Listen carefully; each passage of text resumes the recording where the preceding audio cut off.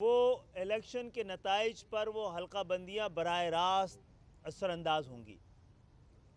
پری پول rigging ہو چکی ہے۔ ایک ہی شہر میں کچھ یونین کونسلیں 25 سے 30 ہزار پہ ہیں اور کچھ 80 سے 90 اور 95 ہزار ہیں، کچھ 1 لاکھ کے قریب بھی ہیں۔ تو جہاں پر کراچی کی مستقل باشندے جن علاقوں میں رہتے ہیں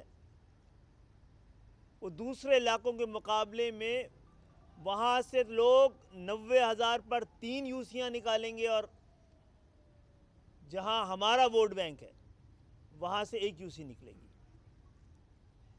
تو اس پہ ایک مشترکہ آواز کی ضرورت تھی، بڑی توانا آوازوں کی ضرورت تھی، مل کے آواز لگانے کی ضرورت ہے۔ اسی لیے ہم مہاجر قومی موومنٹ کے پاس بھی آئے ہیں کہ اس آواز میں آواز ملائیں، اور 9 تاریخ کو ہم حلقہ بندیوں کے حوالے سے ایک احتجاجی مظاہرہ رکھ رہے ہیں اور اسی کی دعوت دینے آئے تھے۔ بہت بہت شکریہ۔ میرے پاس خالد مقبول صاحب جب تشریف لائے تو مجھے اچھا لگا کہ ہم جو کامن ایشوز ہیں ان پہ کم سے کم آپس میں بیٹھ سکتے ہیں، اور میں نے بھی جو 9 تاریخ کو یہ پروٹیسٹ کرنے جا رہے ہیں اور جو انہوں نے دعوت دی ہے، تو میں نے ان کو کہا ہے کہ مہاجر قومی موومنٹ جو اس شہر کے مشترکہ ایشوز ہیں جن کے اوپر ہم سب کو مل کر آواز اٹھانی ہے، اس میں انشاءاللہ تعالی ہم بھی شریک ہوں گے، پارٹیسپیٹ کریں گے۔ میں پرسنلی میں نے ان کو کہا ہے کہ میں پرومس نہیں کرتا کہ میں شریک ہو پاؤں گا، لیکن مہاجر قومی موومنٹ کی مرکزی قیادت اس میں لازمی شریک ہوگی۔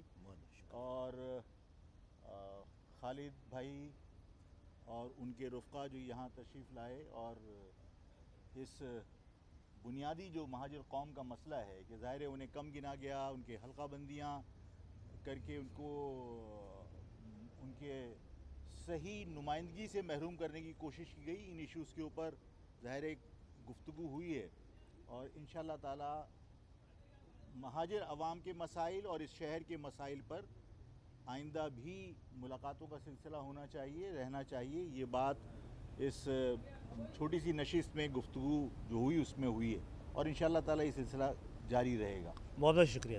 شکریہ۔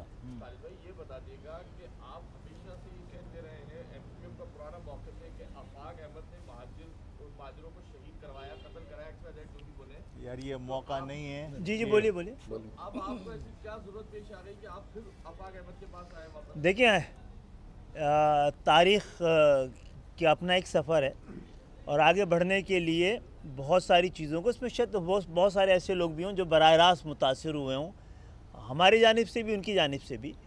تو اس وقت سیاسی جماعتوں کا مسئلہ نہیں ہے، پوری ایک قوم کا مسئلہ ہے، اس کی شناخت کا مسئلہ ہے، اس کے حقوق کا تعین کا مسئلہ ہے، اور اس کی سیاسی بقا کا معاملہ ہے۔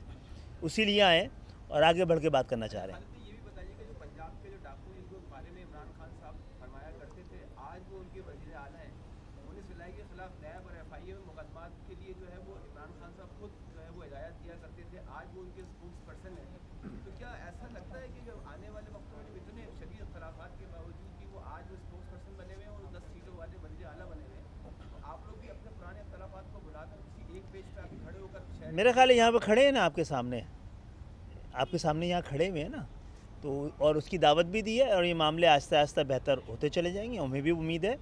اور جو آپ بتا رہے ہیں وہی تو پاکستان کی جمہوریت کا حسن ہے۔ کتنے عرصے کے بعد یہ سیاسی ملاقات ہوئی اور بالکل جو بتائی کہ جو مرجر ہونے جا رہے ہیں ایم کیو ایم کا، اس میں شامل نہ ہونے کی جو وجوہات آپ نے بتائی تھی اس ملاقات میں، تو یہ ہوئی ہے کہ وہ بات حل ہو سکتی ہے؟ دیکھو یار، میں نے ابھی آپ سے کہا کہ ایشوز پر ہم نے بات کی، ایک معاملہ انہوں نے رکھا تھا جو ڈیلیمیٹیشن کا ہے، وہ ظاہر ہے اس پر کل جو پریس کانفرنس تھی اس میں میں نے بھی اس پر اعتراض اٹھایا تھا، اور میں نے کہا تھا کہ جو غیر مہاجر آبادیاں ہیں ان میں حلقہ بندیاں جو کی گئی ہیں بہت کم ووٹوں کے اوپر ان کی نمائندگی ہے۔ ہمارے ہاں 70 ہزار کے اوپر ایک یونین کونسل ہے، 90 ہزار پر بھی ہے۔ تو یہ تو کل پریس کانفرنس میں نے بھی اعتراض اٹھایا تھا۔ تو اگر اس کے اوپر کوئی مشترکہ آواز جا رہی ہے